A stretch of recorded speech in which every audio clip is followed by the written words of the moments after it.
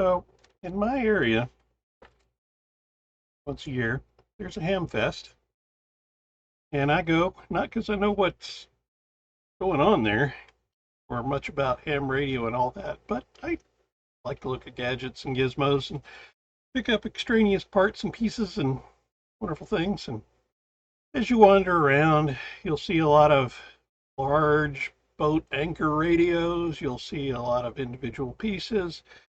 You'll see some interesting cabling or radio equipment, test equipment, old-time radios, and so on.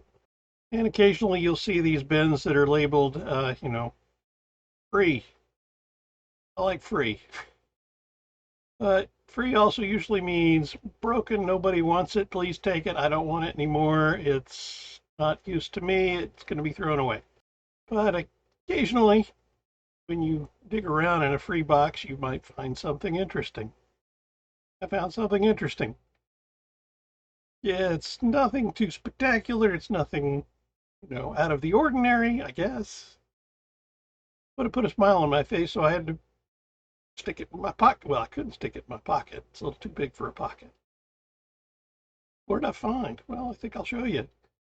Let's test it out, see if it works, if it needs anything, and what it is. What did I find? Oh, this. Sitting in a box at the bottom of a whole bunch of other pieces and parts and chunky things. And it's an old radio. And, didn't really think too much of it until I looked at who made it. I'm conveniently covering with my thumb. Now you might think, why did I get that? Because of who made it. There's a mystery here. Well, was it Pioneer? No. Is it Heathkit? No. Is it Nakamichi? Is it RCA? No. Is it Sansui? No. Sound Design? No. So what's hiding under my thumb here? What branding is on this? What made that smile appear on my face and me decide, hey, free, I like this? Again, nothing special, although I've sold it like it is, but it's really not. The part that made me put a smile on my face and wonder, seriously? Was Kmart. It literally says Kmart. So I had to know what this thing was. It's an old radio branded Kmart. So I had to figure out what this is, see if it works. I mean, it looks neat. So why not figure it out, see if it works, plug it in, turn it on, figure out if it needs batteries. I really don't know. But it's a mystery to me. And Kmart doesn't exist, so now it's history. It's archaeology. It's something interesting. It's an FM AM radio. It has a neat little aerial. On the side it has, I think it's going to work. It's got a little switch here that says AC DC, so I have a feeling you can plug it in somehow. Hopefully there's no power adapter I'm missing. DC, which batteries, and EP, which I'm guessing is external power, or earphone. Ah, I bet that's earphone. Wonder if I have an old style earphone to test it with. Branded Kmart, of all things. It's got a nice faux leather case. It says S.S. Kresge Company, model 3142. FM AM portable radio, FM 88 to 108 megahertz, AM 540 to 1600 kilohertz, AC 110 to 120 volt, 60 hertz, 5 watts. Made in Hong Kong. I just read that for the first time, made in Hong Kong. Now I'm paying attention. Hong Kong. This is even getting more awesomer. Awesomer? I'm not even sure that's a word. A nice little handle to carry it on. switch between FM and AM. I guess it turns on. Yep. Wonderful little click there for volume and then tuning. And thankfully, the dial actually moves, which is excellent. Now the only thing to do is to figure out, does it work? Now I just have to figure out the history of this. Where is it from? When is it from? Kmart sold it. Built in Hong Kong by a company. What's the story of this thing? And can I make it pretty? Brief aside here for more history of Kmart than you probably ever wanted to know. But S.S. Kresge stands for Sebastian Spearing Kresge, who was born a little bit after the Civil War of all things. And he was an entrepreneur of sorts who, after meeting with Woolworth, decided I can do a 5 and dime store myself. So he opened up S.S. Kresge stores, which eventually became Kmart stores. That's what the K in Kmart is for. Kresge. And realizing that the World Wide Web of sorts seems to have everything in existence, I thought, why not look back at some old Kmart advertisements? And I came across a 1976 advertisement that had some suspiciously similar looking radios of the type that I found. So I'm suspecting that this radio I found is an early 1970s to mid 1970s model that was sold in Kmart stores. Let's see if we can't figure out how to get into this thing. Got 2 little snaps here. A little worried about the age of the little leather buttons here. Guessing that's how you get into it. Oh no. Yeah, that doesn't want to unsnap. Oh, that one unsnapped. Ooh. Okay. This one again. Oh. Yeah. The leather is beginning to get a little worn. You have to be careful there. Very crackly. Probably the first time this has been unsnapped in a long time. Snaps are also rusty, and the leather is covered with rust. Okay, what are we going to find in here? It kind of lifts up. Cool. On the inside, got a cord twisted up, and in there it says 15 volt bat, 15 volt, 1.5 volt. I don't even know what this says. What does that say? Got a schematic. All things. Don't open this up unless you're a qualified service tech. I am not. Got a serial number. And it looks like a spot for C size batteries. Interesting. I don't think those are D size. Doesn't look very corroded or anything, so that's good. Access to other things here, UL tested. Let's unwind the cable here. Still pretty pliable. A good thing. Again, guessing it's switchable between battery and plugging it into a socket. And I can see a transformer. I can see a speaker in there. It says 8 ohm speaker. 1 screw. 1 screw. There goes some of the leather falling off onto the floor. You have to be really careful, because that is about to just fail. That's the back side of it. I'm not going to get into it yet, because I just want to turn it on here in a few minutes, see if it actually even works. Oh, wait. Yeah, 1 screw. Maybe I do want to get in there. Let's see what happens if I do that. Okay, it has 1 screw right there. The only screw I can see except for the one for the aerial. Pinching the aerial wire over on the right side there. It looks like if I get this screw out, it'll just lift up. So let's give that a shot. Oh, look at there. Ooh, inside. Okay, what do we got here? Stuff. and more stuff. As you might expect, there's resistors, inductors, capacitors, and a lot of fidgety stuff I'm not going to touch. Got one capacitor that does not match. Well, no, it's got more than that. Got a plethora of capacitors. It's got enough glue sitting off over all of these components that I never want to have to go in there and fix anything, so hopefully things are going to work. The capacitors don't look, well, actually, I take that one back. That one's a little poofy. Can't really see that one too well. Got some transistors, got some other transistors, and just a lot of stuff with stuff with stuff. Transformer, that could use some cleaning. But I'm not going to do anything to it until I turn it on and see if it works. It looks like the board has, maybe, no, I think that's still the original glue holding it down. So this board's never been out of it. I'm not sure anybody ever wanted to get into it. A Kmart radio made in Hong Kong. Let's put it back together, plug it in, see what it sounds like, if it works.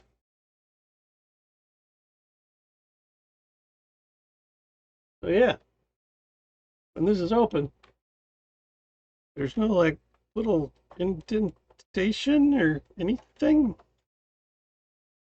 And the case is actually part of the actual radio. So this is the back panel. These aren't meant to come apart. Huh.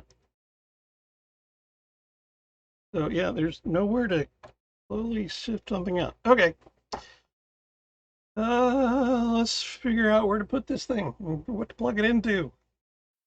Again, I think the side over here, again, it has AC, it has DC, and I'm guessing that's earphones. Let's make sure it's on DC. Still not going to snap the snaps because they're still falling apart. Will it turn on? Don't know. I'd help to have the antenna up. Okay, here we go. Oh yeah, might help to turn on the bulb. Whoop. Okay, here we go. Well, no shorts at least. And that's nothing.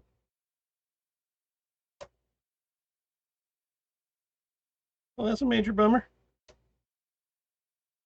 It could be, though, that my dim bulb is really wonking it out. Hopefully it's just not dead. Otherwise, this might be a very short video. Or a very long one, if I need to fix a lot of things.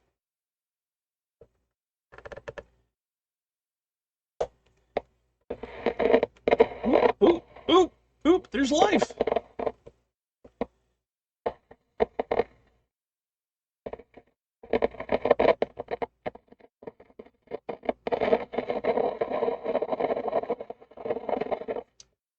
Yeah, that didn't sound very good, but there's life. It's a very scratchy pot.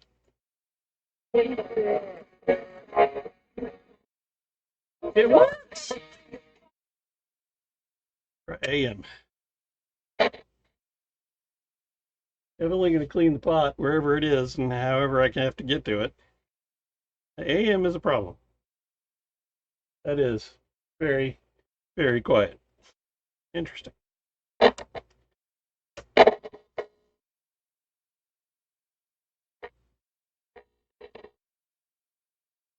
Switch. Having a hard time. AM FM switch is dirty. It works. See some scrutiny and some. It works. It just works. At the bottom of about 5 layers of computer parts, computer memory, electrical wiring, broken pieces, and a whole bunch of other junk at the bottom. This. Kmart. Put a smile on my face because, well, I've never seen it before. I certainly didn't know Kmart had their own branded radios. built in Hong Kong. And it's kind of snazzy. It reminds me of something my grandfather would have had fishing on his boat, listening to a radio, trying to get that last fish of the day. Okay, let's see if we can't just get into this thing now. Again, the outside cover is actually riveted to the plastic all over the place. So again, this isn't just a cover, it's part of the whole thing. And I have to figure out how to get to the circuit boards and the interior parts to give it a good clean and good look. And see what kind of ability this has to come apart. So that's just the tuning dial. Let's put it all the way down the base. So make sure that's off. So there's a line indicating off.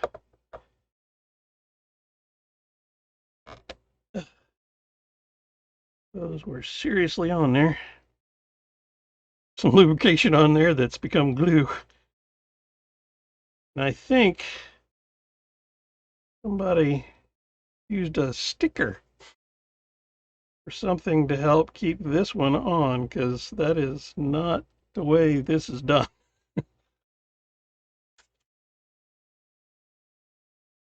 Interesting. Okay, that's anything that's exposed on the front.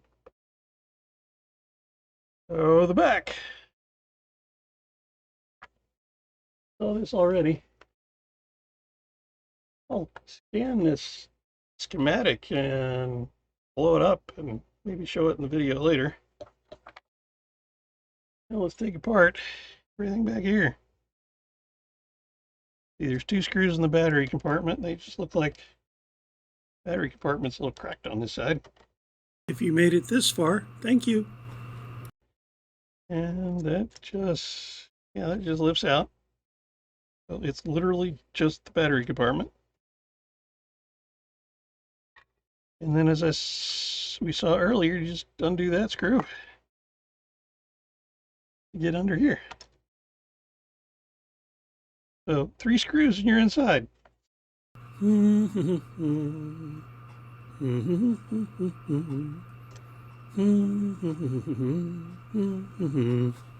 kind of lifts up on the left and just kind of slides out. Yeah. 1.5 volt 4C cell batteries. Even got some equivalents. Silvertone number 6446. Even shows you the polarity of how to put them in. The antenna is riveted to the side. So this is not meant to come apart. I guess I could unscrew it at the base and remove it, but then it's glued at the top. I'm not sure I want to take the glue off because, again, it's working. But if I need to change any of these components, I need the other side. Quandary. Okay, first, yeah, that's going to be the volume and turning on switch and everything. That's going to be the tuning. So I might be able to just clean the volume control pot and on and off switch, which this is going to be, just here. And again, since everything here is working as mostly intended, I'm not sure I want to futz with it too. Okay, that's gross. That is melting. That's an interesting wire to there. The wires on the inside are brittle. So yeah, don't move them around too much. Those are all doing okay, so don't want to mess with those. However, I'm beginning to wonder This capacitor up here has rusty feet. At least it looks like rust. This one looks fine. Maybe a bit of a bulge. Maybe not. That one looks fine. That capacitor up there, though, looks a little iffy. Okay, so power transformer. Let's follow your leads. These two. So let's see, you come from this side and go to AC. Okay, so top is AC, bottom is DC. This is definitely an earphone jack. So if you're going from the wall plug, it comes in this big, thick white wire here, goes through this switch to my connection here, which is the on-off switch on the front. And then these connections go off to various places for volume and whatnot. Rusty on that screw right there, and that capacitor just looks bad. So do I roll the dice, try to pull this out, and replace anything, especially that guy? And if I replace that guy, going through to all the trouble, even though it's working, I'd probably end up replacing this, and any of these other electrolytic capacitors. So maybe some guessing on the age and research on when this came out, what model it is, where it is, how old it is, before I decide to risk its working ability. So my plan right now is I'm going to clean that and see what it does. Then I'll decide if I think I can make it perform better by changing out some of the electrolytic capacitors. But again, I'm kind of a fan of, if it's working, don't make it unworking. Okay, I've decided to be foolish. I'm really concerned about this section of the circuit board just because, again, the amount of rust and things I see. So I'm going to try to take out the circuit board. There's not too much give on the speaker wires here. There's not the greatest tolerances, but I want to see if I can at least loosen up the screws and take a gander look under it. I also don't know how it connects to the actual tuning dial either, because there's no way to see it. So, baby step. See what we can see. I remove just a few of these screws.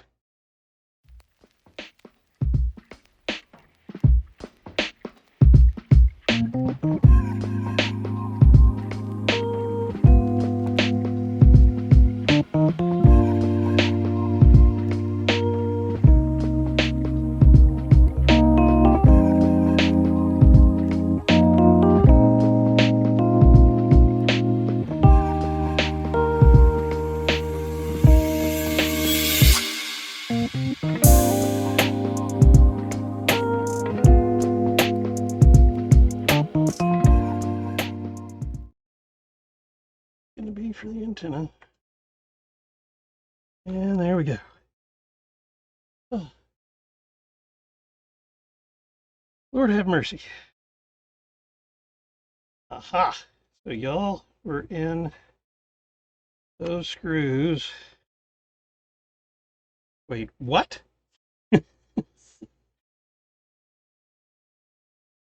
Those screws were in screws? This is going to be an interesting thing to put back together later. I think I got it figured out. Also, at the same time, not sure I do. You have to go here like so.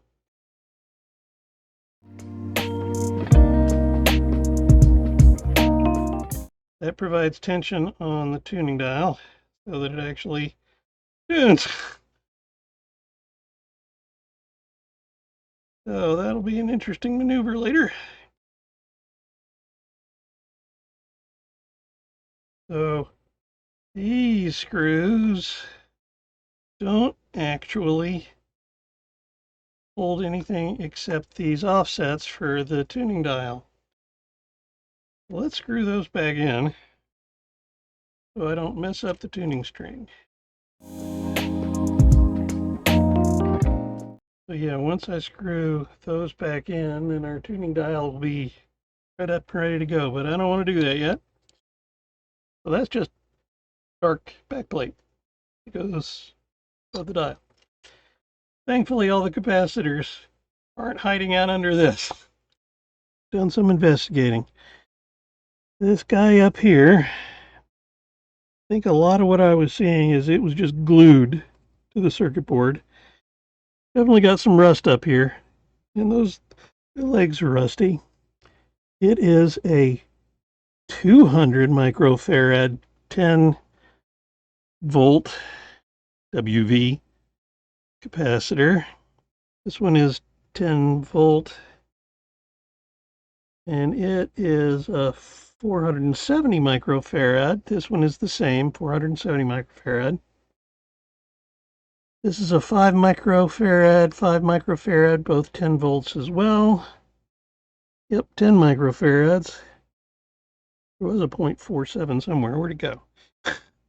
Yeah, there it is. It's this one. So that one's 0.47 microfarads. And everything here is rated for 10 volts. So 1, 2, 3, 4, 5, 6, 2, 3, 4, 5, 6, 7 capacitors. I'm sitting here struggling with the idea of whether I should go ahead and replace them or not. In a Kmart, Hong Kong built, unknown origin, unresearched, made me smile radio. I definitely don't have these voltage ratings capacitors, so I'll have to do some, actually I might have the smaller ones. I'm going to have to do some poking around in my various sundry stockpiles and see if I've got anything, but I'm pretty sure I don't have some of these, so there might be some time that passes before I get back to this. I think I'll clean the pot, at least while I'm here.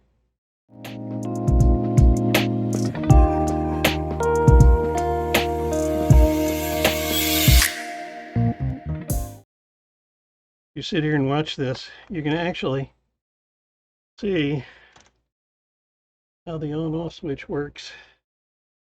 When you turn the dial, you can see there's a little arm right here that sets it on, and then when it is positioned, it breaks the contact. So it's off, on, and then volume.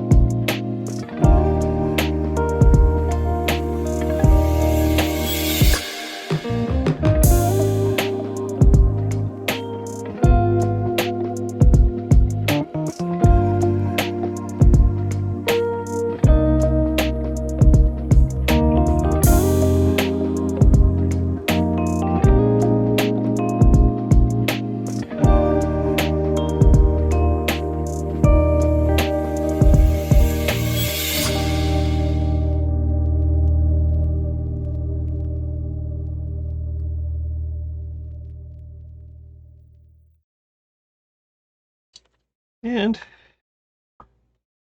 we'll have to come back to this. Maybe this is a two-parter. I got some parts to order, or find, or create. Never done a two-parter. Maybe it's time.